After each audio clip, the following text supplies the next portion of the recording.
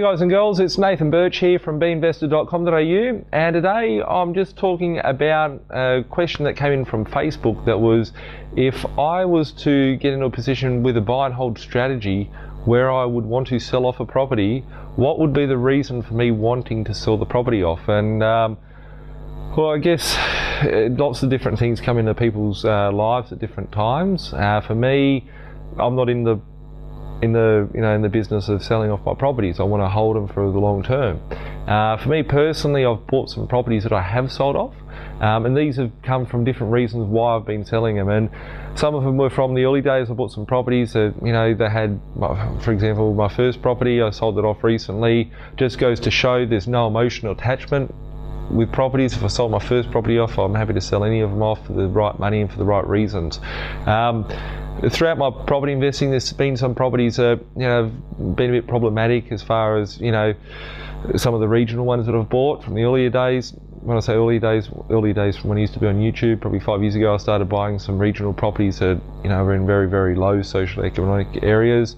A lot of those properties have sold off, made profits on them, all that sort of stuff. As far as properties that are in my buy and hold portfolio metro wise, I don't sell any off. I guess the only time I would sell them off if I had a greater cause for the money and I felt that the market would not go back to a point. So for example, I sold my first property off because I felt that I could get premium money for it in the current market, and I had the opportunity to get rid of it, so I sold that property off and replaced it with other properties. So if you can see an opportunity here where your property, you're not going to see it go anywhere north of the price for the next 10 years, and you want to get rid of it, it might have some upcoming work needing to it or whatever the case may be, and you can see the opportunity of putting that cash to better use over here, then the opportunity is there to be able to do that. And for me personally, I don't like selling properties. Hell would have to freeze over before I wanted to get rid of my property. So it's something that it's not something I'm faced with.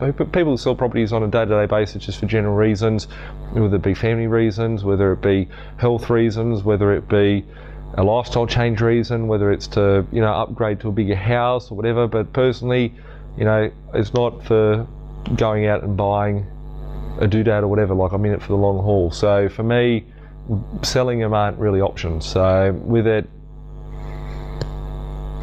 I've got no other answers for you. So if it was a big problem and you can get out of it, if it's going to cause you lots of grief in the future, it's a unit, and there's a unit block that's cracked in half and you can get someone to buy it in a really hot market, or whatever the case may be, if there's an opportunity to dispose of something that's going to be a bigger problem in the future, I guess it's an opportunity to sell it. But other than that, I'll just be keeping on to it. So I hope that answers the questions, and we'll catch up shortly.